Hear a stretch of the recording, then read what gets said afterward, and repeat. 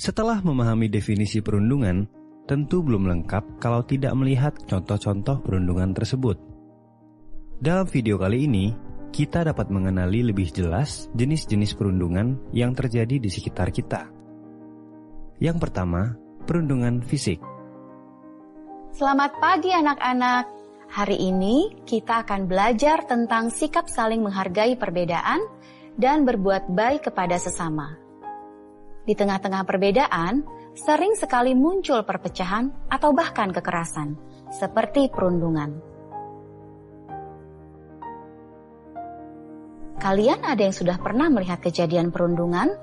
Ada yang mau cerita? Saya mau cerita, Bu. Di lingkungan rumah saya, ada beberapa teman laki-laki seusia saya. Setiap jam pulang sekolah, mereka biasanya tidak langsung pulang, tapi kumpul-kumpul di pos ronda kampung kami. Seringkali saya lihat ada salah satu anak yang sering mereka suruh-suruh sambil dipukuli dan ditendang. Saya selalu ambil jalan memutar karena saya juga takut dengan mereka. Apa yang diceritakan oleh Monita merupakan bentuk perundungan fisik. Pelaku secara berulang melakukan kekerasan fisik kepada korban, misalnya dengan memukul, menendang, dan mencubit. Yang kedua, perundungan verbal.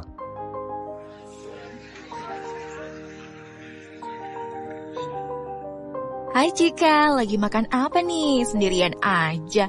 Geseran dong. Kita bertiga mau duduk nih. Satu meja jangan ditempatin kamu doang. Badan kamu tuh gendut. Duh, heran deh. Punya badan besar kok gak sadar diri. Setiap hari di kantin, bangku panjang didudukin sendirian. Gak lihat ya kalau kantin lagi penuh? Bu, 1 ayam 3 sama es teh manis. Cika, bisa gak sih cepetan makannya? Udah tempatnya sempit, mata kita terganggu nih sama keberadaan kamu. Lain kali tuh kalau mau makan jangan di sini deh. Ganggu orang aja. Ini tuh tempat aku sama teman-teman aku biasa makan. Badan kamu tuh makan tempat dan ganggu pemandangan. Apa yang dilakukan oleh sekelompok siswi tersebut terhadap Cika merupakan bentuk perundungan verbal. Mereka tidak melakukan kekerasan secara fisik, namun mengejek dan menghina Cika melalui perkataan. Ini bisa membuat Cika merasa terancam dan sakit hati. Terlebih jika berlangsung terus-menerus, Cika bisa kehilangan kepercayaan dirinya. Yang ketiga, perundungan sosial atau relasional. Menurutku, kita jangan dekat-dekat lagi sama Kevin. Bener banget, masa dia ikut ekskul menari? Bayangkan, cowok ikut ekskul menari. Ada yang lebih parah. Dengar-dengar, Kevin bahkan udah beli rok biar bisa menari sama teman-temannya.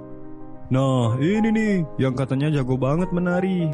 Udah yuk, bubar. Nanti kita yang laki-laki ketularan pengen beli rok. Ih, seram.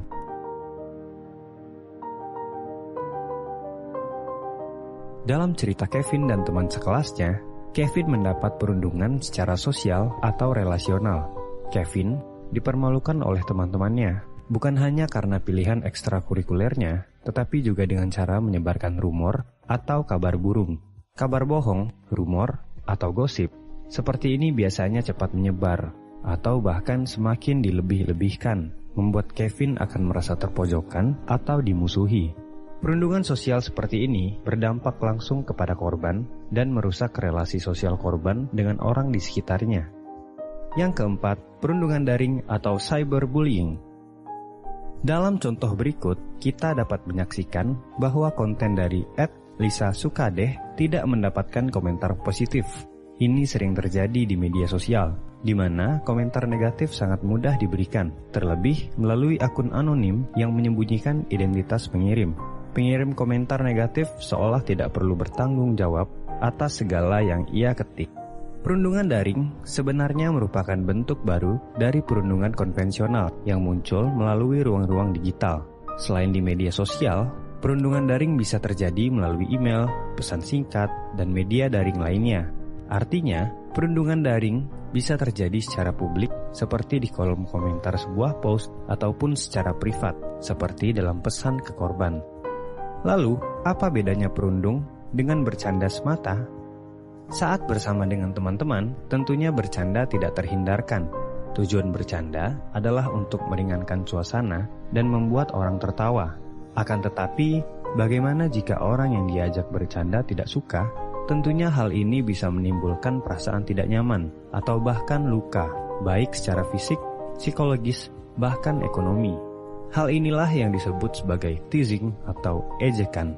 Beberapa contoh ejekan ini adalah ketika seseorang merendahkan bentuk tubuh, penampilan fisik, pilihan yang berbeda, atau hal-hal yang lainnya.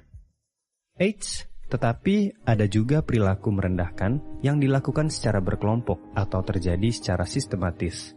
Misalnya saja, perpeloncoan atau dikenal juga dengan istilah hazing, yang memanfaatkan korban agar pelaku dapat bersenang-senang dan mempermalukan korban. Demikian Ibu dan Bapak, gambaran mengenai jenis-jenis perundungan yang dapat diidentifikasi. Jika terjadi hal serupa di sekolah, apa yang akan Ibu dan Bapak lakukan?